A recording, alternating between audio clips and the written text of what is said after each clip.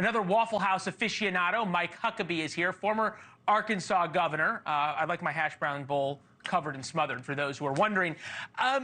Governor, something else in your bio that I would add. You used to be a Baptist preacher. So I'll put this in those terms. Does preaching to the converted or the faithful grow the flock? It might if the flock goes out and gathers new people to be in the flock. Look, I think it's natural that politicians certainly want to rev up their base, because if their base doesn't go vote for them, they don't win. You've got to do outreach beyond the base. That's always a part of politics. It's the math of addition, not subtraction, ideally multiplication.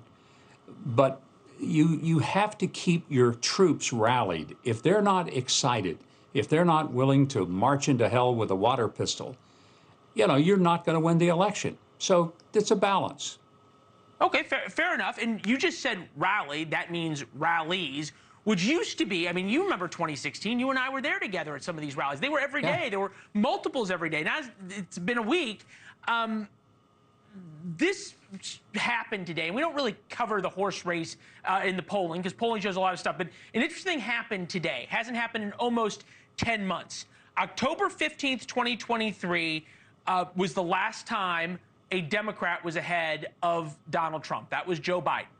Today, for the first time now, a Democrat is ahead of Donald Trump. That's Kamala Harris. She has the big mo.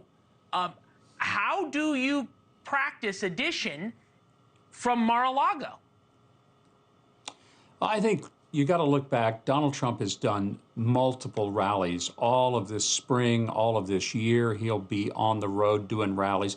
I think there's a certain strategic vision of this where his team is saying, look, right now she is hot. She's got it going.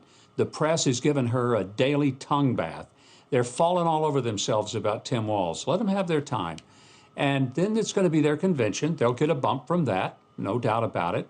And then they're going to have to get down to the lick log when it comes time for Labor Day and moving toward the election.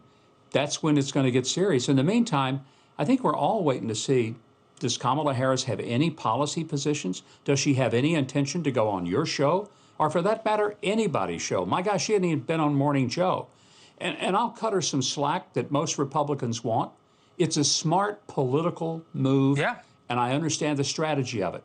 Why answer questions when you're raising money and you're, riding this wave of enthusiasm? Because when she goes out and starts talking, it may not be as good for her. So, yeah, I understand what she's doing and why she's doing it, but she can't do it forever. And what I'm surprised by is that the media seemingly is just fine with not her saying anything for now 18 days. Well, I'm not sure. You said something like lick log, which I've never heard of, but I'm going to look up the definition of that. Yeah. It's a Southern thing. I figured that. I'm Southern, but not that Southern. A lot to unpack there. And you're right. Politically, it is a brilliant strategy. It only works if the media at all is complicit. And if this was a Republican, we know it would not be. This is Tim Walz coming out. He'll give the warm-up act for Kamala Harris. We will listen intently in the control room and see if he makes any news or says anything perhaps about the stolen valor charges that we brought up. Interestingly enough, he dodged the question today coming off his plane. J.D. Vance is taking questions all the time, but still Kamala Harris is going up in the polls. What are Republicans going to do? I think they're going to wait through the convention. This is not a time to panic. It is a time to raise money and to keep doing what they're doing, which is building the contrast and comparison between the two positions of these candidates. Kamala may not want to come out and admit what her positions are. Tim Walz probably doesn't either. But sooner or later, they got to own. So you don't worry about these poll numbers getting baked in? No, I think right now, if they're getting 90% of positive coverage, and they are, and nobody's questioning the fact that they're not really giving any policy positions or talking about their record, sure, their numbers are going to go up. Why wouldn't they? Thanks for watching. Go to joinnn.com to find NewsNation on your television provider. And don't forget to click the red subscribe button below to get more of NewsNation's fact-driven, unbiased coverage.